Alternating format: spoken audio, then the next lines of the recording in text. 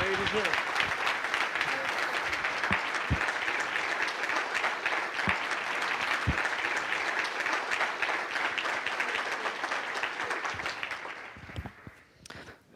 Senator, welcome to Austin. Thank you, Parker.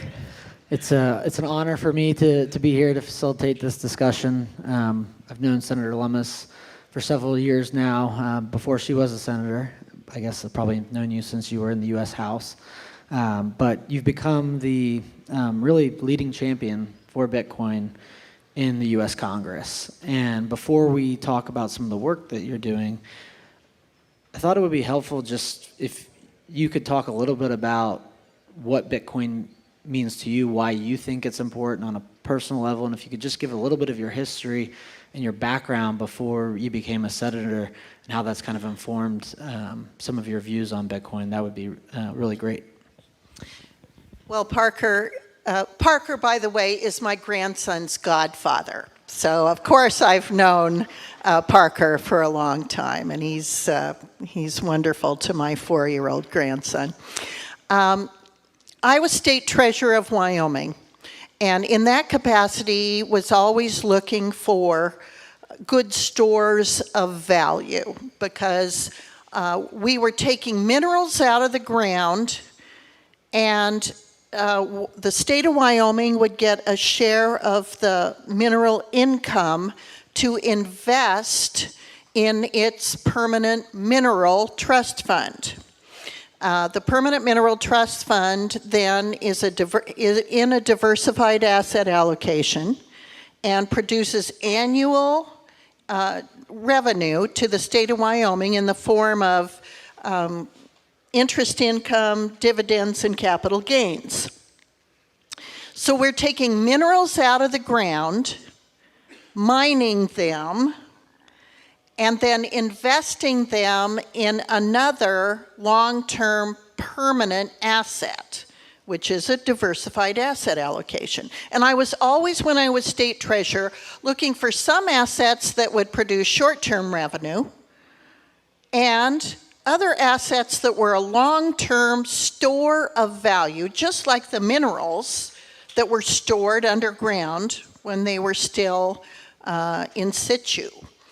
And so that's part of the reason that Bitcoin made a lot of sense to me. It's something that is mined, which is a concept that's very familiar to the state of Wyoming. State of Wyoming is the largest net exporter of energy in the U.S. Now, of course, Texas produces more energy than Wyoming, but you also consume more energy than Wyoming.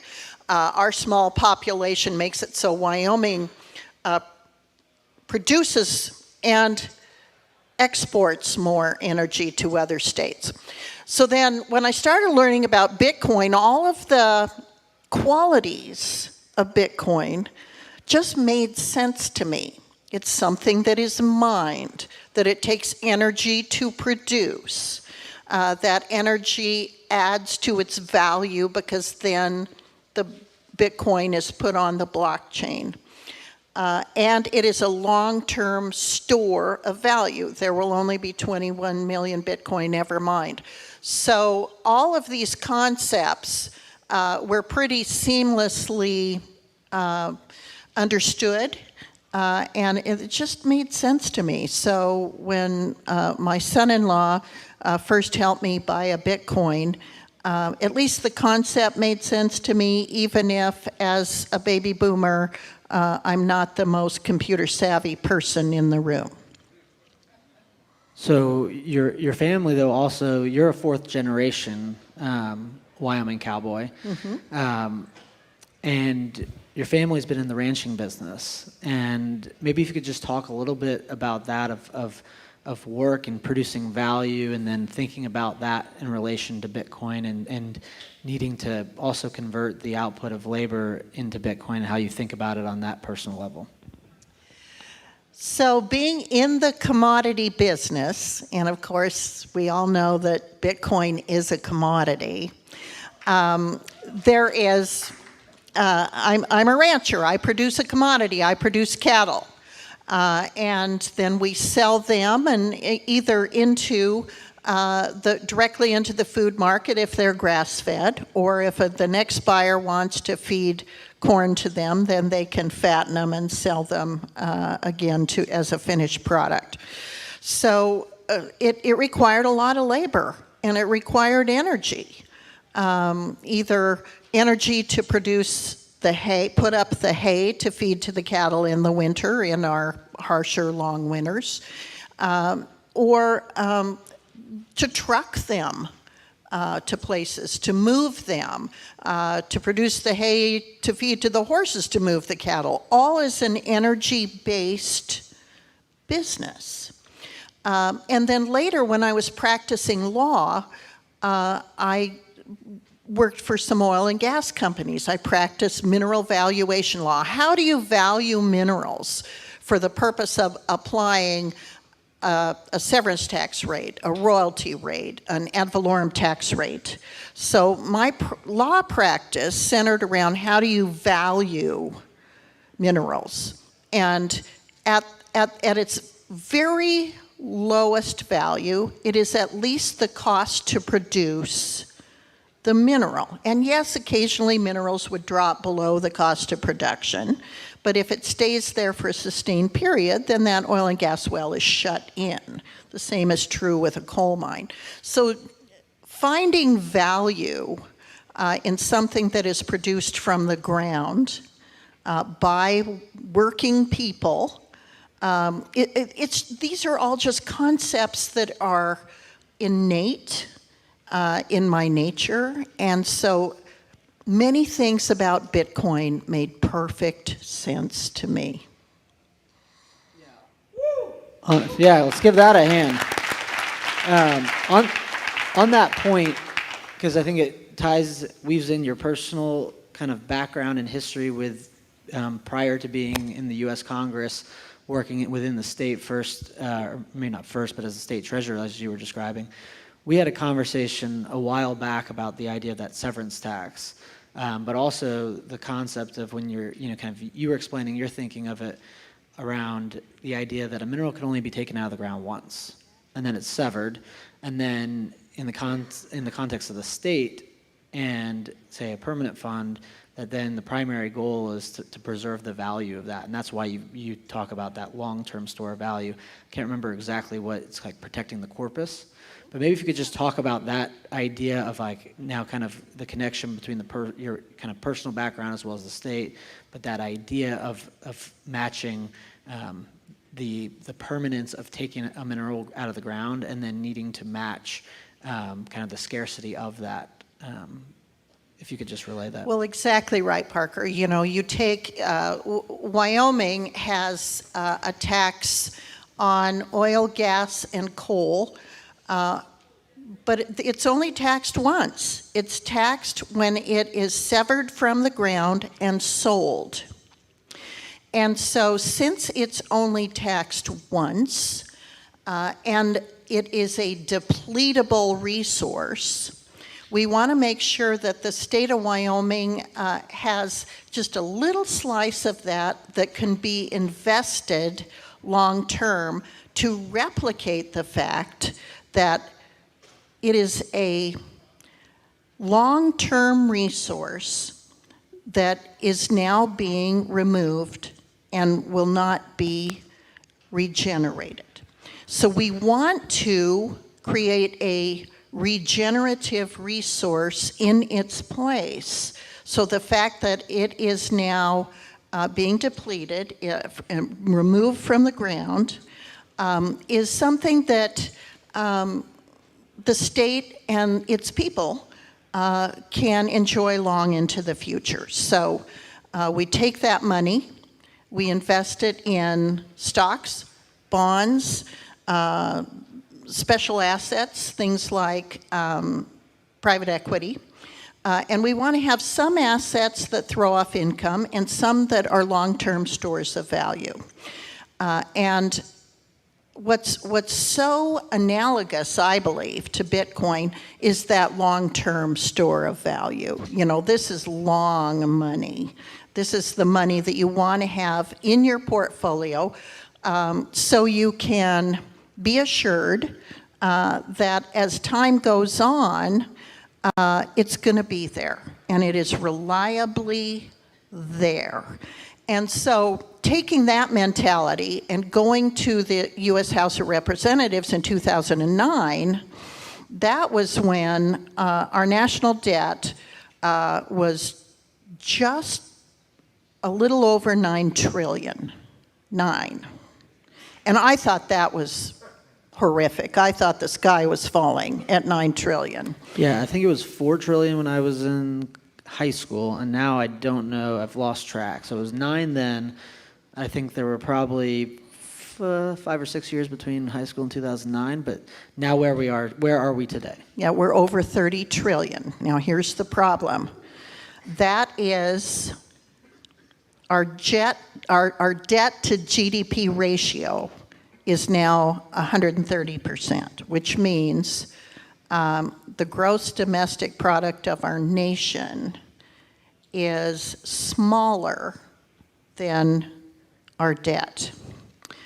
And for nations that have allowed that to occur long term, there has been a national failure. The nations do not survive that when they allow that situation to go unaddressed.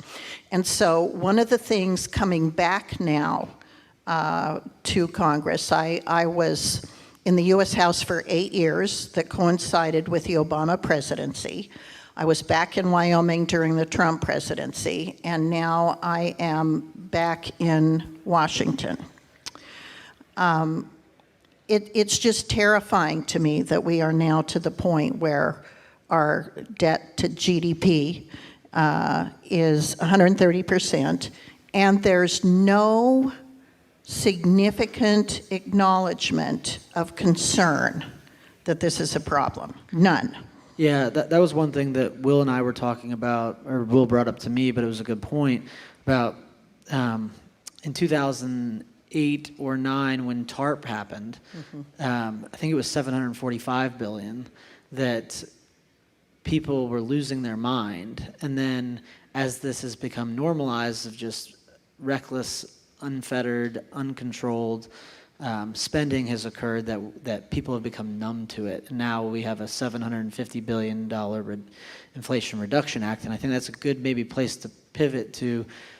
We talked a little bit about Wyoming and your personal background, but also why Bitcoin is important to America. And then would like to talk a little bit about the legislation that you're working on with Senator Gillibrand from New York as well. So one of the reasons that I've taken such an interest in Bitcoin as an asset that the United States needs to nurture is because I'm concerned about the fact that the United States dollar, as the world's reserve currency, is losing value all the time because we're spending it without having the resources to back it up. It's backed by debt. And if we don't address the debt, we're putting ourselves in a position where paying annual interest on the debt could exceed the entire budget of the U.S. Department of Defense. And we have to pay interest on the national debt first before we spend money on anything else. So when interest rates go up, like they are now, we have to pay more interest on the national debt, which crowds out the ability to fund things like infrastructure on roads and bridges. But there's just no acknowledgement of that fact by the U.S. Congress. So this year, first there was a $1.9 trillion expenditure on COVID relief, but this was after COVID was essentially over. Then we had the infrastructure bill, only a small portion of which actually was infrastructure. And that was the bill that contained the definition of broker that really got my attention. So here's Bitcoin happily going along without government regulation and interference. And then out of the U.S. Treasury Department last summer comes a definition of broker for purposes of the Internal Revenue Code that includes miners and developers. Well, to me, that represented a misunderstanding of digital assets, Bitcoin specifically, but all digital assets. You know, there is no broker relationship to being doing coding or doing mining. And so I'm going, U.S. Treasury does not understand this asset class. So I began working with some other U.S. senators that were very concerned about the misunderstanding displayed by the U.S. Department of Treasury. Ron Wyden of Oregon is one of them. The great thing about having Ron Wyden as a colleague is he's the chairman of the Senate Finance Committee right now, which is the tax writing committee. And so he was in a position to work hard with Treasury. Now, we didn't get the change accomplished, but here's what you all did that really was a game changer. We asked you to contact your U.S. senators to fix this, and you did. And for the first time ever, U.S. senators began to understand that people who own digital assets, Bitcoin and others, are a significant and very knowledgeable and important part of their constituency. So that was the big nexus between you, the Bitcoin community, and the US Congress. And then after that, we started to realize, you know, we need to address this complete disconnect in understanding between what's going on in cryptocurrency and a dearth of understanding in the U.S. Congress. Yeah, and I think that's one thing that a lot of Bitcoiners recognize, which is Bitcoin doesn't need any help to succeed. We often talk about how we're going to win. We're going to win in any cases, but it's more doing things to ensure that people don't infringe on our rights and taking forward action to protect the interests of individuals, companies, and industry, but ultimately our ability to freely transact with each other. And so maybe if you could just talk about a few of the things in the legislation that you view to be the most important, as well as an update of progress and how you think that will progress from here. Okay, so after last summer, my staff and I started drafting a comprehensive bill. And we put out our first draft quietly in December. We got a lot of great feedback. We put out the next draft and then the next quietly behind the scenes. During that time, Senator Kirsten Gillibrand of New York developed a real interest in this subject matter. She comes from, the financial center of the U.S., certainly, and some might say the world. And so she has become involved and knowledgeable, and so this bill is known as the Lummis-Gillibrand bill. It takes existing law and lays cryptocurrency over it. So existing definitions of what is a commodity versus what is a security can apply here. And Bitcoin is clearly a commodity. It is fully decentralized. Some other cryptocurrencies are not, and so they're more apt to fall into the category of a security.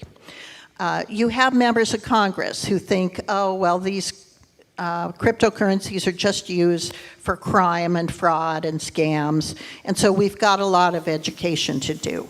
And we had thought initially we would spend the entire calendar year 2022 just working on education. but we had to engage in crafting legislation as both a tool of education, so people in the Congress would begin to understand this asset class, and as a way to shape our legislative future, because Europe's ahead of us. Australia is working on these issues. Switzerland, in many ways, is way ahead of us. The UK is working on these issues. And if we want a innovative work environment for digital assets in this country, we need that framework.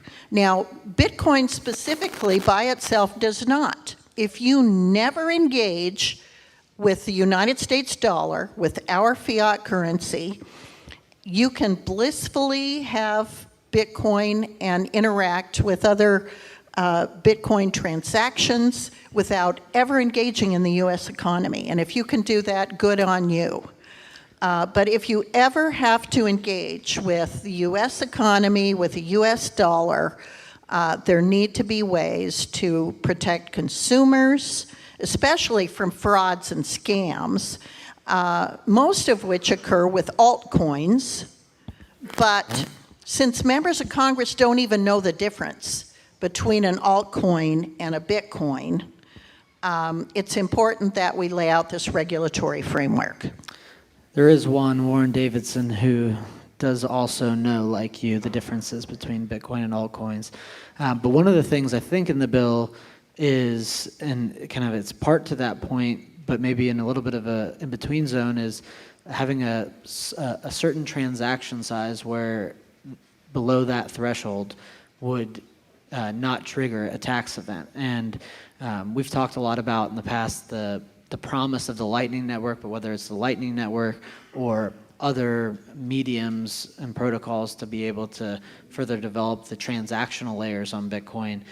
Just talk about that, because that is something that is, I mean, people are still developing on it, but it does present challenges when every single Bitcoin transaction, if I'm buying something, buying a gallon of gasoline, pizza, food, coffee, paying an electric bill, everything is a taxable event, even if they're very small purchases.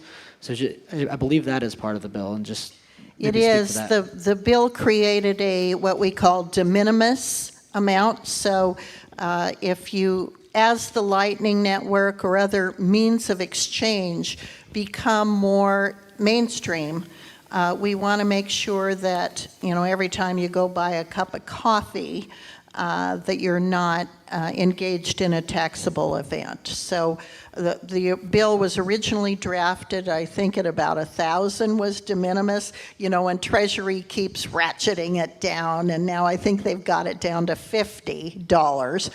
But we're going to keep working with them, because this bill's going nowhere this year. We're running out of legislative days to accomplish things that are this comprehensive and this complicated. So I can assure you this bill's going nowhere. And so I want to put this year, but Kirsten Gillibrand and I plan on reintroducing it in January in its entirety, and we want your input between now and then. So help us determine what is a appropriate de minimis amount and why. Million sats. Yeah. Million sats? Is that what I hear? 10 million sats? Higher? 50 million sats. 100 million sats. All right, we'll come back to the senator with our Good. thoughts. Good. She did post the bill on GitHub for Yes. comments. There will always be, there were trolls. But then there were a lot of people that also provided a lot of great input and comments. With that, we've got about 5 or 6 minutes. I thought it would be helpful and then we'll kind of have a closing wrap up, but give the chance for a few people to ask questions to the crowd. And if you can just, Tim? No? Yeah.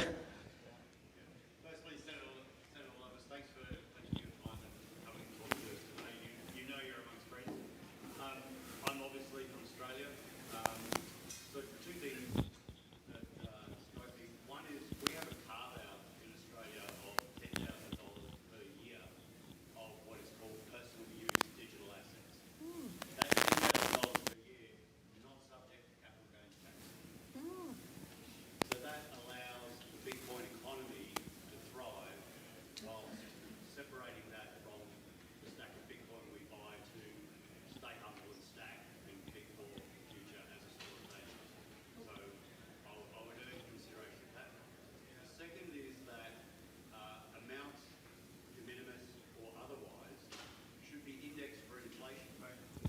Yes, I think to the senator's point, the IRS is bringing that number down at the same time that the Fed's printing that number higher. It's, hit them high, hit them low.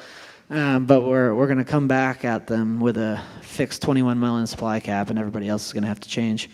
And thank you for the tip about Australia, because if another nation has taken the lead on that, it gives us a peg to hang our coat on to take to Treasury and say, look, Bitcoin can vote with its feet. Bitcoiners can go anywhere in the world.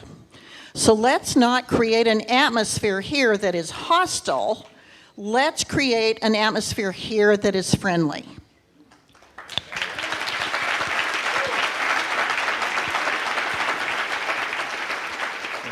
So I'm going to turn it to the gentleman in the back. But before I do that, I think that's a really important point, which is that Bitcoin can vote with its feet unlike anything that's ever existed, that people can take their entire wealth to the jurisdictions that respect their rights as much as possible, and having people in the U.S. Senate who recognize that is incredibly important.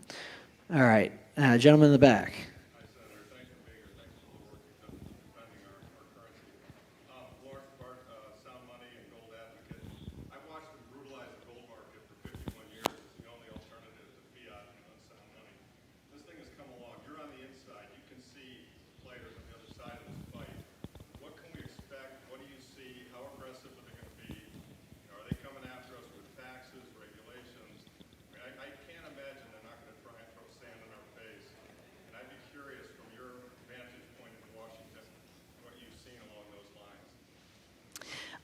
The most, in my opinion, now I'm just giving you my opinion, Treasury is the most hostile.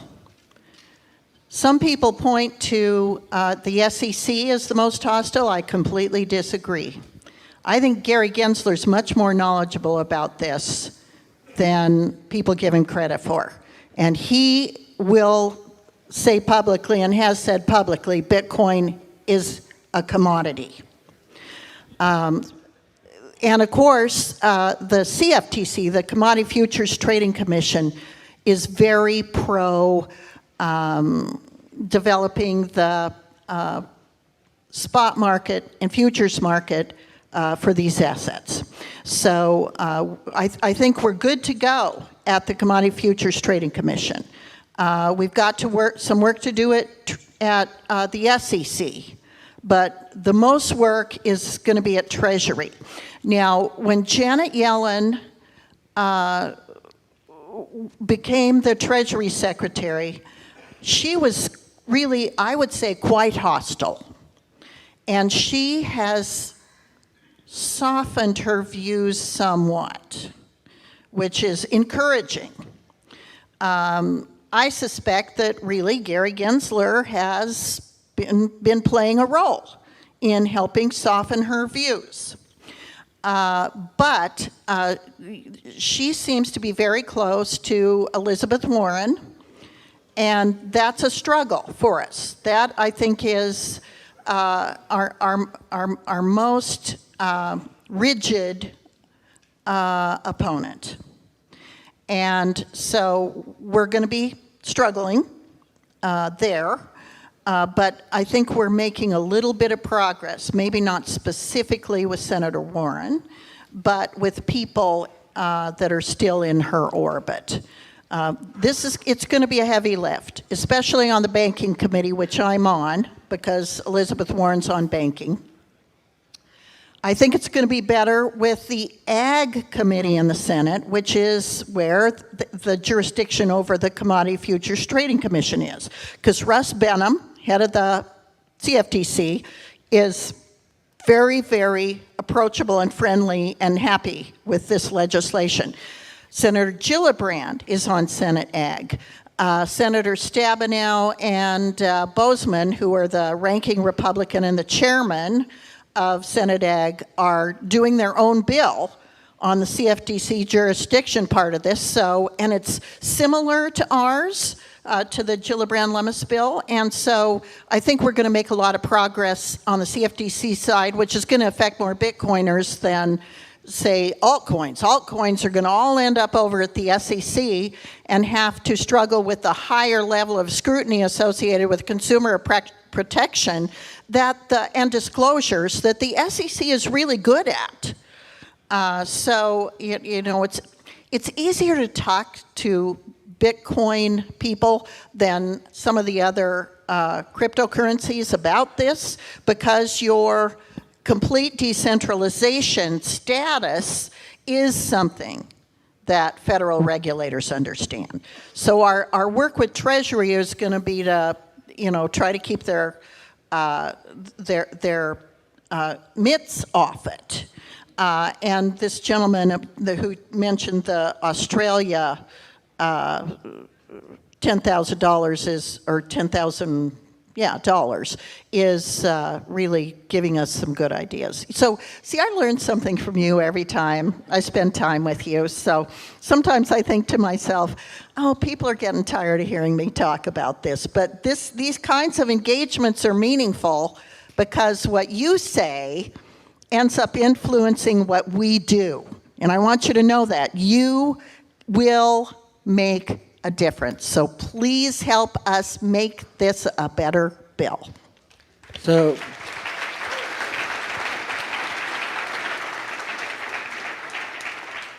as we wrap up, I got two quick questions for you, because we are just over time.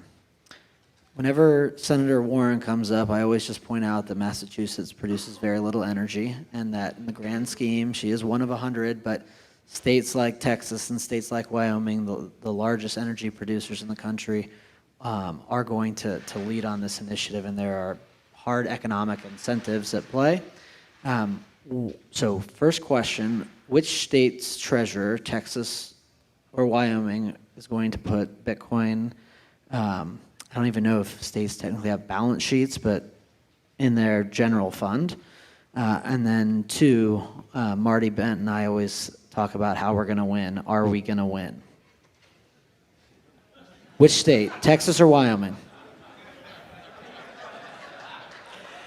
If I have anything to say about it, Wyoming is going to win. All right. Well, I'll be doing everything I can to lock down the state of Texas there, and I think we're going to win, but we're all going to win because we got Bitcoin. So thank you, Senator Lummis, for being here today. Thank you all.